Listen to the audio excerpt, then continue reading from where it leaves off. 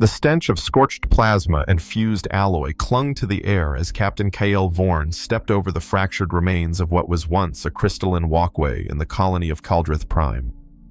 The sky above flickered with the last embers of a dying sunset, casting elongated shadows across the battlefield. All around him, twisted towers of alien architecture lay shattered, their prismatic walls blackened and collapsed. It was a graveyard glittering and silent. Beside Kael moved Varro, a sleek, battle-trained shepherd with deep russet fur and sharp amber eyes that missed nothing. For 5 years, this dog had been Kael's most trusted companion in the Elyrian Defense Corps, surviving outposts, incursions, and planetary sieges. In this moment of silence, Varro's presence was more grounding than any weapon strapped to Kael's side. The operation had been swift, a precision strike meant to retake control of the outpost from Velari forces who had seized it just 3 months earlier. Once allies in a shared colonization effort, humans and Velari now faced each other as enemies. Thanks to a maelstrom of greed, miscommunication, and politics, Kael couldn't even pretend to understand. They had fought for minerals, crystals shimmering with dormant energy buried deep within Caldrith's crust. Officially, these were strategic resources. Unofficially, they were sacred. As Kael moved deeper into the smoldering ruins, Varro suddenly froze. His ears twitched, body tense. In the next heartbeat, the dog bolted. Kael cursed under his breath and sprinted after him, fingers brushing the grip of his sidearm. Varro never broke discipline. If something drew his attention now, it mattered. The chase led past collapsed beams and jagged crystal formations until Varro disappeared behind the remnants of a scorched wall. When Kael rounded the corner, he stopped cold.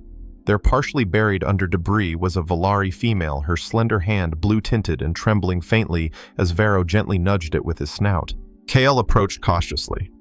The woman's armor, a metallic exosuit with glowing veins of symbiotic circuitry, was torn and soaked in what looked like mercury, her blood. Her long azure hair spilled over cracked stone like liquid silk. Even unconscious, her features were striking, elongated and luminous-shaped by an aesthetic beyond human evolution. Kael knelt and checked for vital signs. The rhythm was weak but present. That's when he saw it, the insignia on her armor's collar. She wasn't just any Velari soldier. She was the daughter of High Commander Vaina Lorelin, one of the architects of the original Human-Velari alliance. Her name surfaced in Kael's memory from intelligence briefings, Elyra T'Marei. Kael sat back for a moment, the weight of the situation settling on him. He could report her position, let others make the decisions. But Varro was still there, unmoving, loyal, and alert. The dog, in all his unspoken wisdom, had made a choice. Moments later, Kael carefully lifted the alien woman into his arms. Despite her height, she felt impossibly light. As they made their way back toward the Whisper Light, Kael's scout vessel nestled in a ravine 2 kilometers out. Varro padded ahead, his tail high, guiding them through the smoking aftermath. The path back was slow. Elyra's breathing shallow, her wounds deep. Her armor sparked faintly, occasionally spasming from damage to its biological core. The sky grew darker. Cracks of thunder echoed far off, perhaps from another skirmish, or maybe just the storm building on the horizon. Kael knew this decision would haunt him. Bringing a wounded enemy aboard was a breach of dozens of protocols. It was a career-ending move. But something inside him, something beyond logic or doctrine, insisted this moment mattered more than orders. It was a pivot point, not just for her survival, but perhaps for something far larger than he could yet see. The Whisperlight was a compact but highly advanced recon vessel equipped with autonomous medbays and stealth capabilities. Inside the ship's AI engaged emergency medical protocols as Kael laid Elyra on the primary examination bed. Her body flinched under the scanner's light, but she didn't wake. The system beeped a warning: severe tissue damage, multiple fractures, internal bleeding, but it began repairs without hesitation. Regenerative gel seeped over the wounds, biotissue bonded with her skin in soft pulses of blue. Varro stationed himself beside the med bay door, ears perked, tail still. Guarding, watching, waiting. Kael stared at Elyra. The crystalline lines embedded in her skin shimmered faintly in rhythm with the medical equipment's pulses. There was something unsettlingly beautiful about her, like staring into a nebula and trying to find shape in chaos. He ran a hand through his hair, already questioning his own sanity. Still, he couldn't shake the thought, why had Varro trusted her so quickly? She was the daughter of a general, an enemy, a symbol of the conflict that had already killed thousands. And yet, Kael stepped back from the medical bed, checking the Whisperlight sensors for signs of movement. The outer perimeter was clear for now. No patrol ships, no Velari reinforcements. Just silence and storm clouds rolling across a war-torn world. He lingered in the medbay for another hour, watching as the regenerative agents closed her wounds, repairing the tissue with surgical precision. Her breathing grew stronger, her body stabilized. He should have felt relief. Instead, what he felt was gravity. A strange weight that pulled at him from her presence, from the silent approval of his dog, from the invisible thread this moment had tied between two lives on opposite sides of a war. When Elyra stirred her fingers, twitching under the med gel, Kael didn't move. He watched her features shift, muscles flex beneath skin that shimmered like starlight. He didn't know what she would say when she awoke, but he knew this was just the beginning. The soft whir of medical monitors filled the dimly lit medbay of the Whisperlight, each pulse and tone tracking the slow stabilization of Elyra T'Marei's condition. Her silver-blue blood had clotted beneath the translucent bandages, and the regenerative matrix was steadily reknitting the tears in her muscle fibers. Kael stood near the diagnostic console, arms folded, gaze flickering between the readings and the woman in the medical cradle. Beside the sealed door, Varro lay in silent watch, his head up, eyes sharp, guarding like a sentinel. Without warning, motion streaked across Kael's vision. Elyra was no longer unconscious. Before he could react, Kael found himself pinned against the wall, a cold hand gripping his throat stronger than he'd expected from someone so recently broken. Her eyes, luminescent and furious, met his. Her breathing was quick, uneven, laced with the echo of pain and confusion. The power beneath her skin surged subtly, crystal harmonics rising in protest to her stress. Yet she did not strike. And Varro, who would have launched without hesitation at the first sign of real danger, simply growled, low and steady, protective but not attacking. That restraint said more than words ever could. The pressure on Kael's neck eased as she stepped back, tension giving way to hesitancy. Elyra's body swayed slightly, still weak from injury, and Kael didn't hesitate to steady her. Her skin, cool and impossibly smooth, shivered under his touch. She didn't resist. Kael helped her to a seat. Elyra remained alert, eyes darting from the consoles to Varro and back to Kael, calculating possibilities. Her expression was sharp, defensive, proud, but beneath that steel edge lingered a flicker of something else: uncertainty, curiosity. Their silence stretched heavy with the weight of unspoken questions. Kael observed the way light refracted subtly across the lines of her face, the strands of her blue hair catching ambient bioluminescence like ocean currents under starlight. She was beautiful, yes, but also formidable. This was no lost girl. This was a weapon in stasis. Time passed in stillness. She remained wary, but no longer hostile. Eventually, Kael returned to the medical panel and adjusted the regenerative frequencies. The repairs to her body were progressing well, though some trauma ran deeper than the skin. Elyra's breath became more measured. Her posture, while still guarded, softened. Kael sensed the shift in atmosphere, the tenuous edge of trust forming not through words, but through presence. She hadn't killed him. He hadn't restrained her. Varro remained still, but engaged, his amber eyes flicking between them like a judge weighing unseen testimony. The two warriors, one human, one Velari, began to breathe in the same rhythm. In time, Elyra turned her gaze to the bioscan hovering over her vitals. Her expression shifted, tightened at the sight of her own readings. There was something about her reaction, almost shame, that told Kael more than she intended. Perhaps she hated needing help. Perhaps she hated surviving when others hadn't. Eventually, she stood and began to explore the medbay slowly, one hand brushing across the diagnostic surfaces with a familiarity that betrayed both intelligence and training. She was no stranger to technology, perhaps even more advanced than any officer in Kael's fleet. She stopped near the viewport. Through the curved glass, she stared out at the ruins of Caldrith Prime, now a graveyard of scorched crystal and fractured alloy. Her reflection ghosted across the glass, a Velari warrior marked by loss, illuminated by faint blue light. There was sadness there beneath the composure, and fury, and something unresolved. Kael said nothing but watched her carefully. Then came the sound, quiet at first, but rising from the ship's core, a proximity alert. Kael moved instantly to the cockpit console. The sensors lit up with inbound signals, 3 Aegis-class patrol ships from the Elarian fleet sweeping the sector in a standard search grid. They hadn't detected the whisper light yet, but the scans were tightening. Behind him, Elyra appeared at his shoulder. She had changed into a spare flight suit, sleek and minimal, which Kael had left for her earlier. It clung to her like second skin, offering mobility over defense. Her presence at his back felt sharp and electric. They both knew the stakes. She was considered an enemy combatant.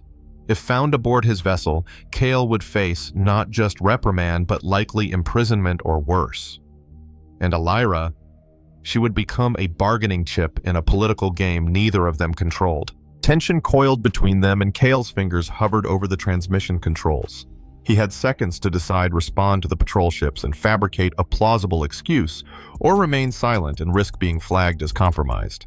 Either path spiraled toward disaster. He hesitated. Then Elyra, standing close beside him, offered a solution with her presence alone. Kael activated the comms and began transmission. His voice was firm, deliberate, practiced.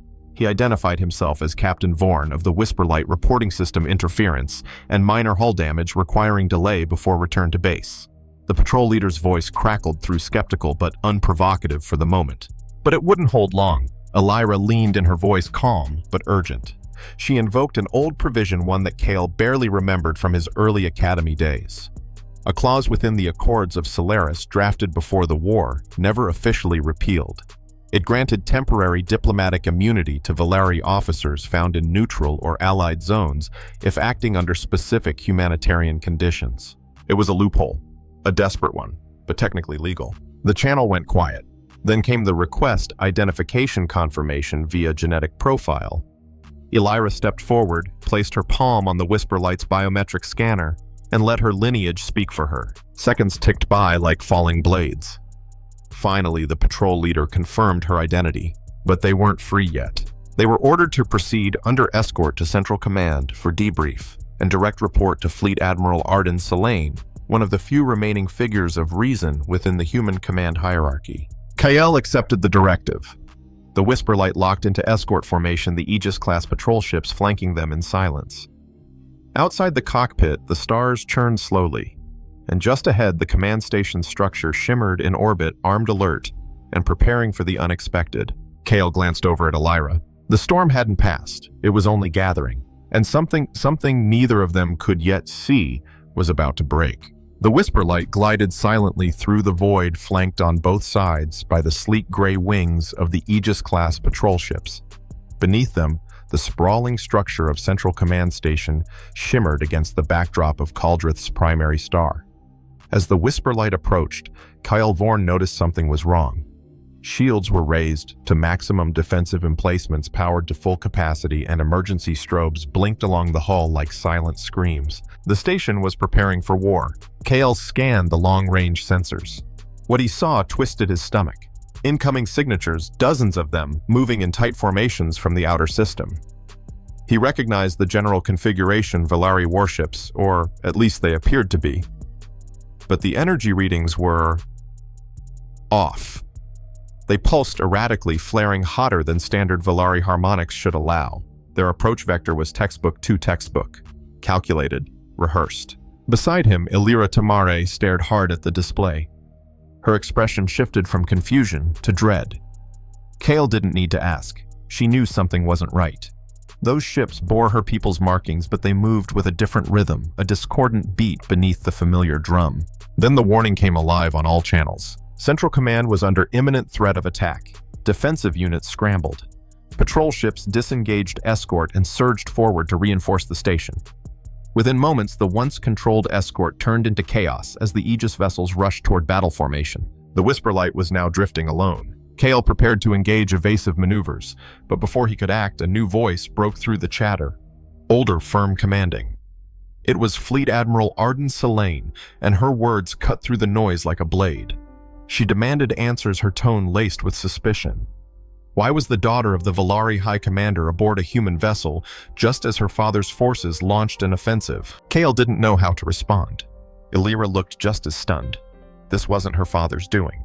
The timing was too perfect. She reached for the communication controls and identified herself, asserting she was aboard voluntarily and invoking diplomatic immunity under the Accords of Solaris.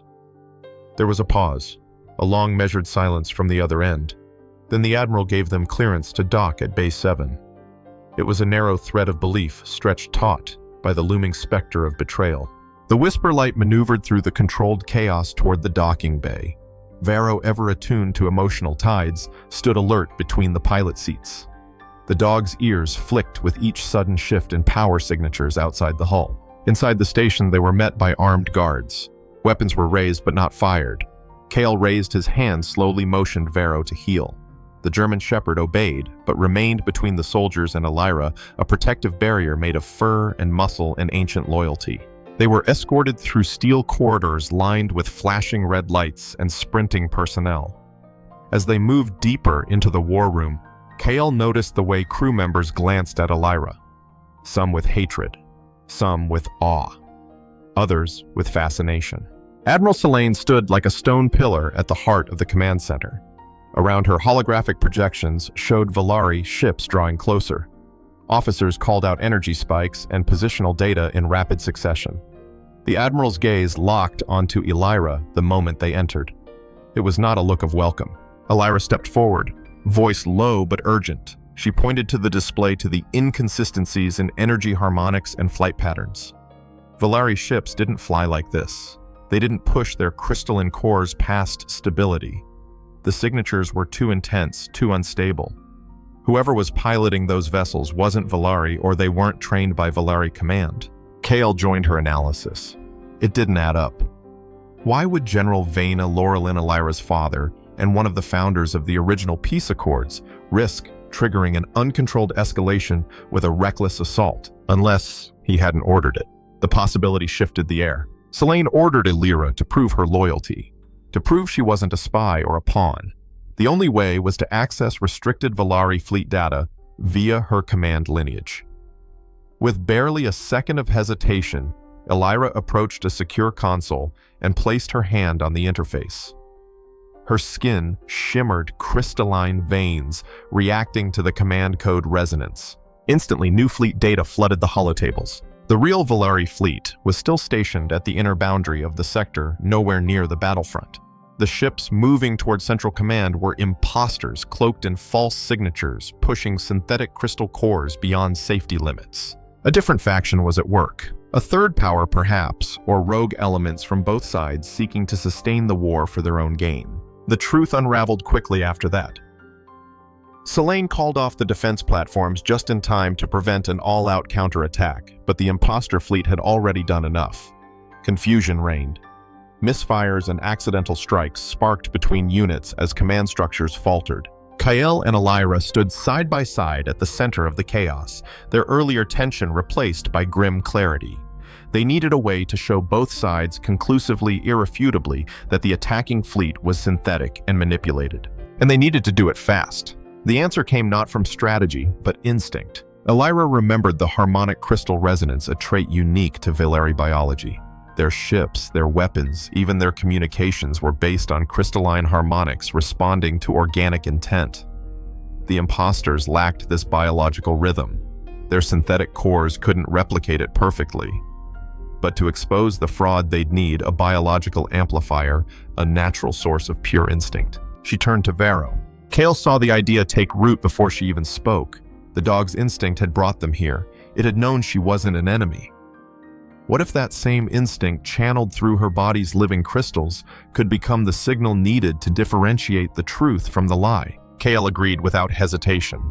So did Admiral Selene. They had one shot. In the minutes that followed, orders flew. Systems were reconfigured, and the Whisper Light was prepared for an unprecedented act, a triad harmonic broadcast linking Elyra's Velari harmonics, Kael's human presence, and Varro's instinctive purity into one synchronizing pulse. As they suited up, Kael looked at Elyra not as an alien or an enemy, but as a partner. The war was no longer about territory or power. Now it was about truth. The Whisper Light was repositioned to a precise point between three converging fleets. One human, one Velari, and one unknown. Its hull shimmered against the blackness of space, dwarfed by the capital vessels that surrounded it, like a single instrument poised between three orchestras waiting to erupt into chaos. Every movement in the void pulsed with the tension of restrained firepower. The kind of silence that came before stars went supernova. Inside the small ship, a sacred stillness took shape. Elyra T'Marei had removed her standard flight suit, now dressed in a base-layer resonance mesh biotechnological fabric bonded to her skin and designed to harmonize with her crystal matrix. She sat cross-legged on the central deck panel, her posture meditative, but her presence powerful. Beneath her skin, the natural Velari crystal veins pulsed in rhythmic intervals, faint light coursing from her core like living circuitry. At her side sat Kael Vorn, steady and grounded, his hand clasping hers. His body lacked crystalline augmentation, but his presence, driven by clarity, resolve, and a stubborn refusal to accept war as destiny, was a stabilizing force. His pulse, strong and deliberate, beat in synchrony with Elyra's as she attuned herself to him. Between them, Varro lay in the space where their knees touched his head, resting across their legs. The shepherd was calm, breathing slow and even, his eyes closed, as if sensing the importance of what was about to unfold. His body vibrated faintly, not from fear, but from resonance, his biological instincts aligning with Elyra's energy. The dog whose unshakable loyalty had carried them to this point would now serve as the anchor. As Elyra began to hum, the sound was unlike any vocalization Kael had heard. It resonated through the air not as noise, but as frequency, subtle waves of energy that passed through walls and systems alike. She wasn't creating sound, she was invoking harmonic convergence. Her body glowed softly, skin blooming with living light, as the resonance mesh synced with her inner matrix. Her tone shifted pitch by pitch, spiraling upward like a musical signal carved from emotion and ancestry. Varro joined her. The shepherd's low howl wove itself into the sonic tapestry. It shouldn't have matched, it shouldn't have fit, but it did seamlessly. The dog's vocal resonance, guided by pure instinct and undiluted truth, acted as a living key. The ship's core responded, its systems realigning with Elyra's frequency. Kael felt the pull as the resonance moved through him, through her, through Varro. It was not pain. It was not discomfort. It was truth in its rawest form, unfiltered by language, politics, or ideology. From the command center of Central Station, Admiral Selene and her team watched the signal form. On the Velari flagship, Stellar Requiem General Laurelin received the same spectral wave, and beyond them, in the distant positions of the synthetic fleet, discord took shape.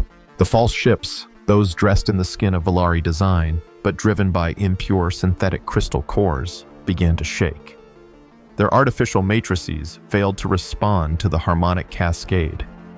Instead of synchronizing, they quaked violently, as if rejecting the purity of the signal. Fluctuations appeared across their hulls, camouflage layers, distorting like heat waves. The deception could no longer hold. Elyra's body now glowed entirely, her crystal harmonics pushing the limits of biological endurance. Her connection to Varro acted as a mirror, reflecting only truth. Kael, though not bonded by crystal, carried the emotional weight of humanity's defiant compassion. The combination, one alien, one human, one creature of instinct, formed a triad that pulsed outwards in a final crescendo. A wave of energy burst from the Whisperlight's hull. Invisible to the naked eye, it swept across all three fleets in an instant. True Velari ships lit up in response, harmonizing in cascading pulses that echoed through their hulls like music. The synthetic vessels, however, recoiled. Their matrices cracked. Several began to spin, hemorrhaging unstable energy from ruptured seams. Their masquerade was over. On every battleship screen, the true shape of the deception unfolded.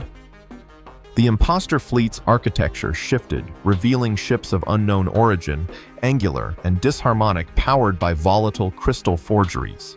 Their weapons, previously coded to match Velari frequencies, now sputtered in spasms, the camouflage failing.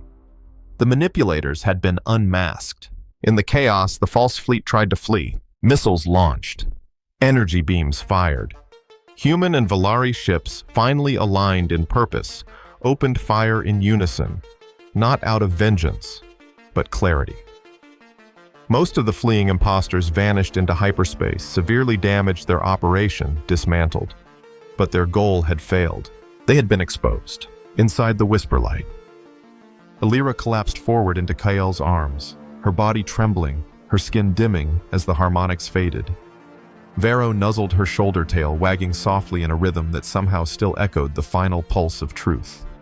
Kael held her close, breathing hard, his own body drained from the effort of serving as the human anchor to a resonance so deeply alien. But they were alive, and more than that, vindicated. The comms channels were silent at first, stunned by what had just occurred. Then the acknowledgements began to flow, one ship after another, both Elyrian and Velari, affirming receipt of the resonance, confirming the imposter's exposure. In the aftermath, a strange peace settled over the three fleets. Where before there had been suspicion, now there was awe. Across both species, across command ranks and private terminals, soldiers and officers looked at one another with new eyes. Not as enemies, but as survivors of manipulation. Inside the ship, Kael brushed a strand of glowing blue hair from Elyra's forehead. Her breathing was steady. Her body, though exhausted, was unharmed. The mission had succeeded. The risk had been worth it. They had done something no weapon, no treaty, no policy had ever achieved. They had sung truth into the void, and the galaxy had listened. The command decks across both fleets buzzed with a kind of reverent silence. No cheers rang out. No victory salutes were exchanged, only a profound stillness. In the absence of deception, what remained was clarity, heavy and honest. The synthetic fleet had been driven away. The true threat was not each other, but those who profited from discord. In the Whisper Light, the soft glow of the ship's medical lights bathed Kael Vorn and Elyra T'Marei in a gentle warmth. She rested against him, her body drained from the harmonic exertion, yet more alive than she had felt in cycles.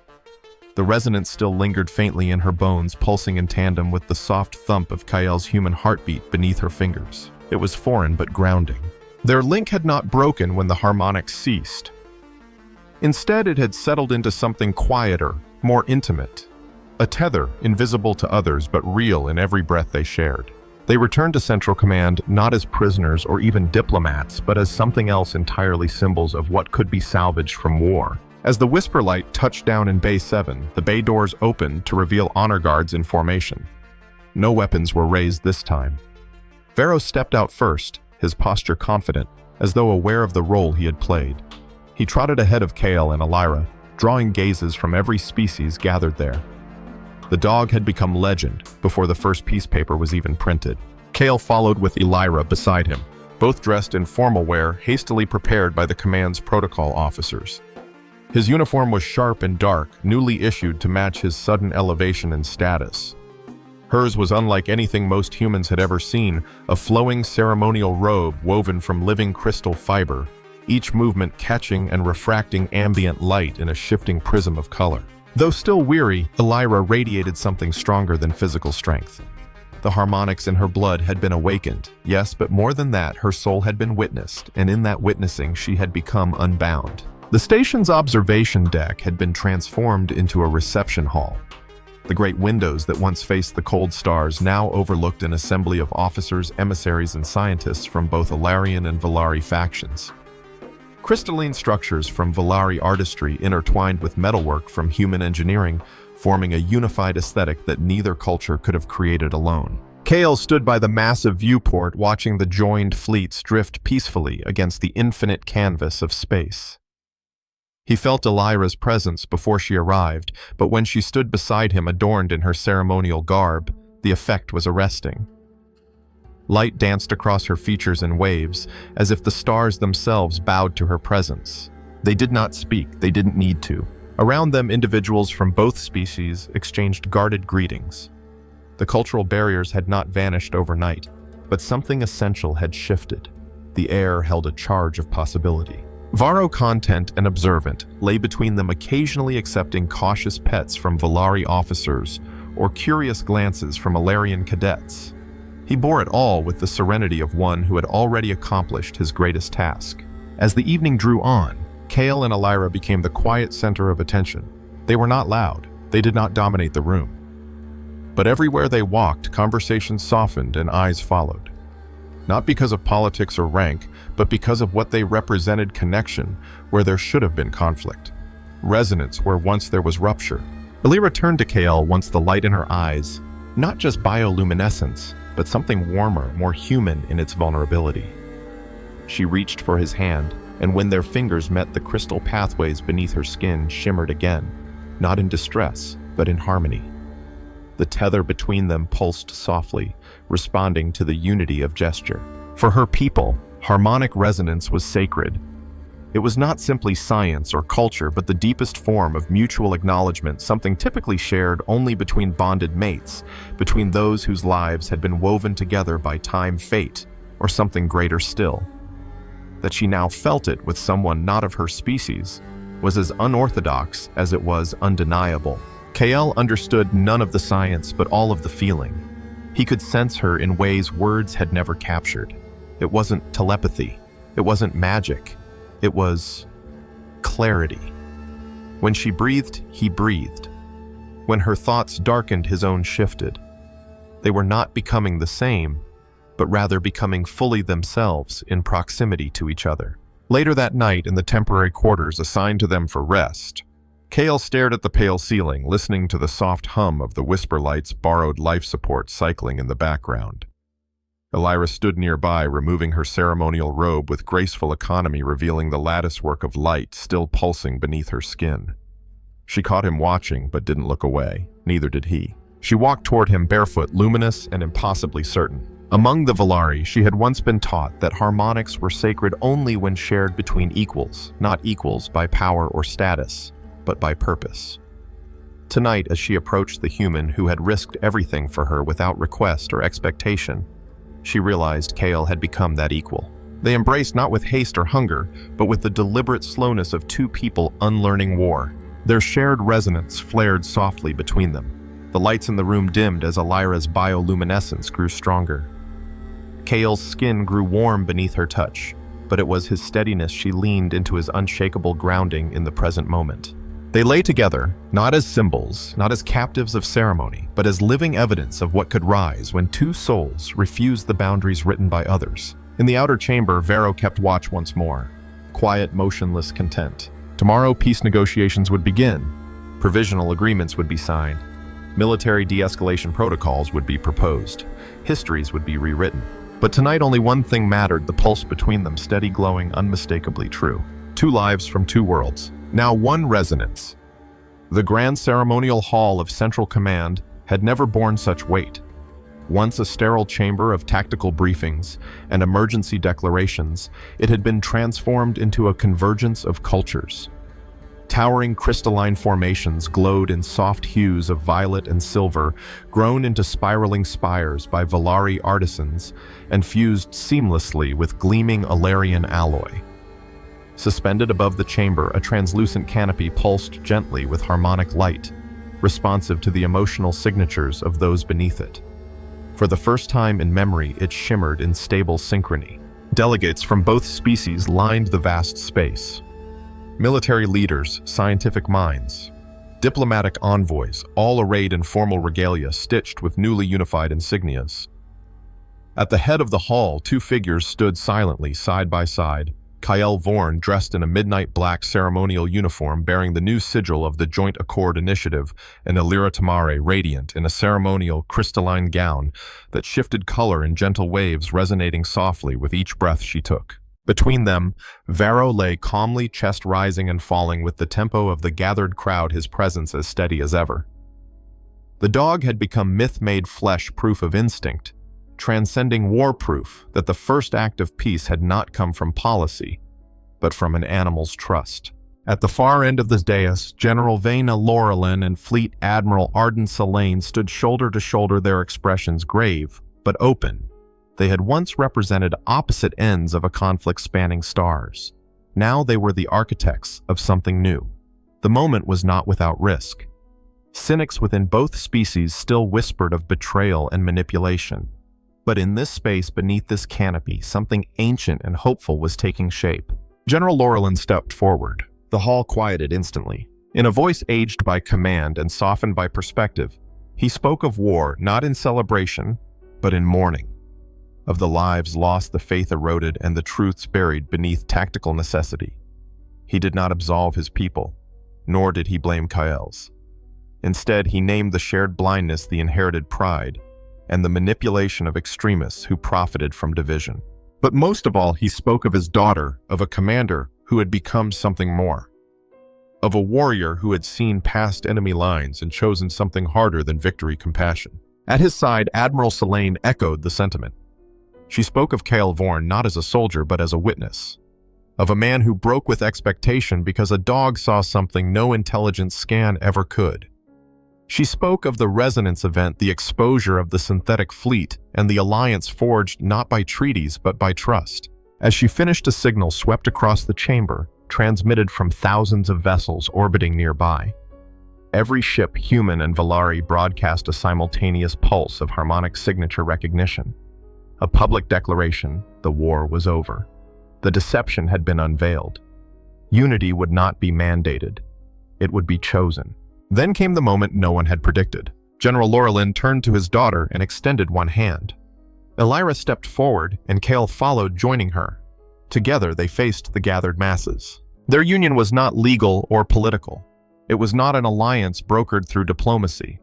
It was, as the Velari believed, a convergence of soul harmonics, a binding not of species but of essence. Crystalline energy sparked softly between their joined hands. Beneath their skin, resonance bloomed, visible to all. The canopy above shimmered in response, its colors shifting to a new hue, never recorded, an iridescent gradient that pulsed in sync with their joined breath. It was neither human nor Velari. It was something new.